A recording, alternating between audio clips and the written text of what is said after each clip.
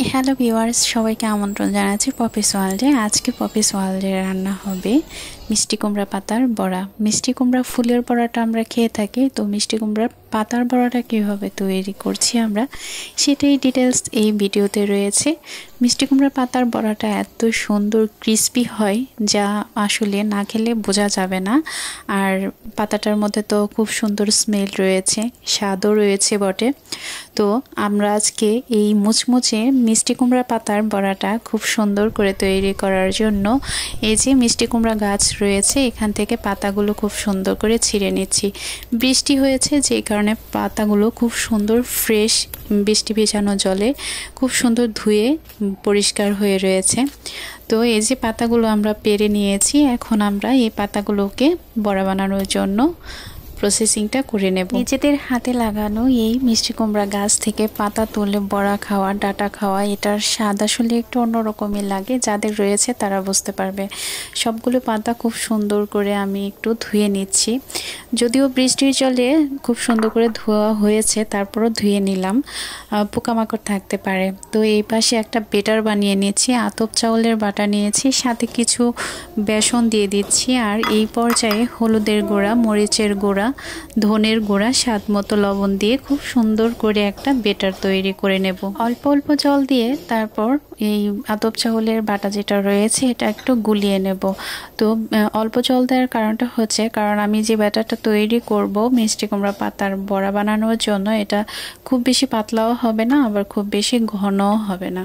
তো এই যে অল্প অল্প জল দিয়ে, প্রয়োজন মতো জল দিয়ে খুব সুন্দর করে আমি একটা বেটার তৈরি করে নিয়েছি। তো কমপ্লিট হয়ে গেছে বেটারটা বড়া বানানোর জন্য।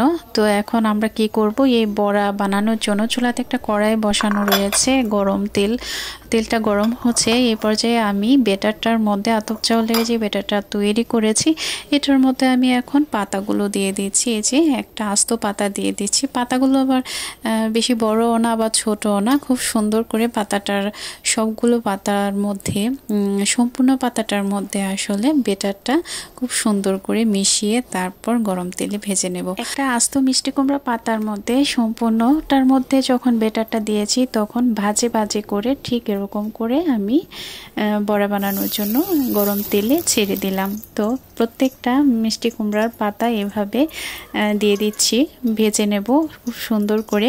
তো গরম ভাতের সাথে কিন্তু এই আইটেমটা খেতে খুবই ভালো লাগে। আমি ফার্স্ট খাচ্ছি এটা, তবে এত ভালো লেগেছে যে আসলে দ্বিতীয়বার আবার খাওয়ার জন্য আগ্রহটা জেগে উঠেছে, আবারও তৈরি করে খাবো। তো ভাবলাম আপনাদের সাথে শেয়ার করি।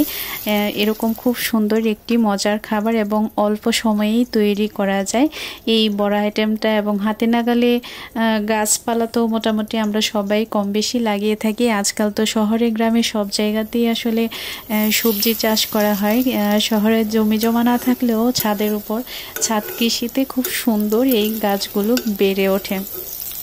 তো সবগুলো আমি মাখিয়ে টাকিয়ে তারপর গরম তেলে খুব সুন্দর করে ভেজে নিচ্ছি মুচমুচে করে। আমার কাছে আইটেমটি খুবই ইউনিক মনে হয়েছে। তো এই মজার আইটেমটি দিয়ে যদি একটা খুব সুন্দর দুপুরে লাঞ্চের আয়োজন করা হয় তাহলে মন্দ হয় না। আমার মনে হয় গরম ভাতের সাথে মুচমুচে এই বড়াটা খেতে সবাই অনেক পছন্দ করবে। তো যেই বেটারটা রয়েছে, বাকি যে পাতাগুলো রয়েছে এগুলো দিয়ে সবগুলো দিয়ে একসাথে ভেজে নেব। বাকি বড়াগুলো খুব সুন্দর করে উল্টে পাল্টে ভেজে নিয়েছি আমি। এখন একে একে সবগুলো বড়া নামিয়ে নিচ্ছি।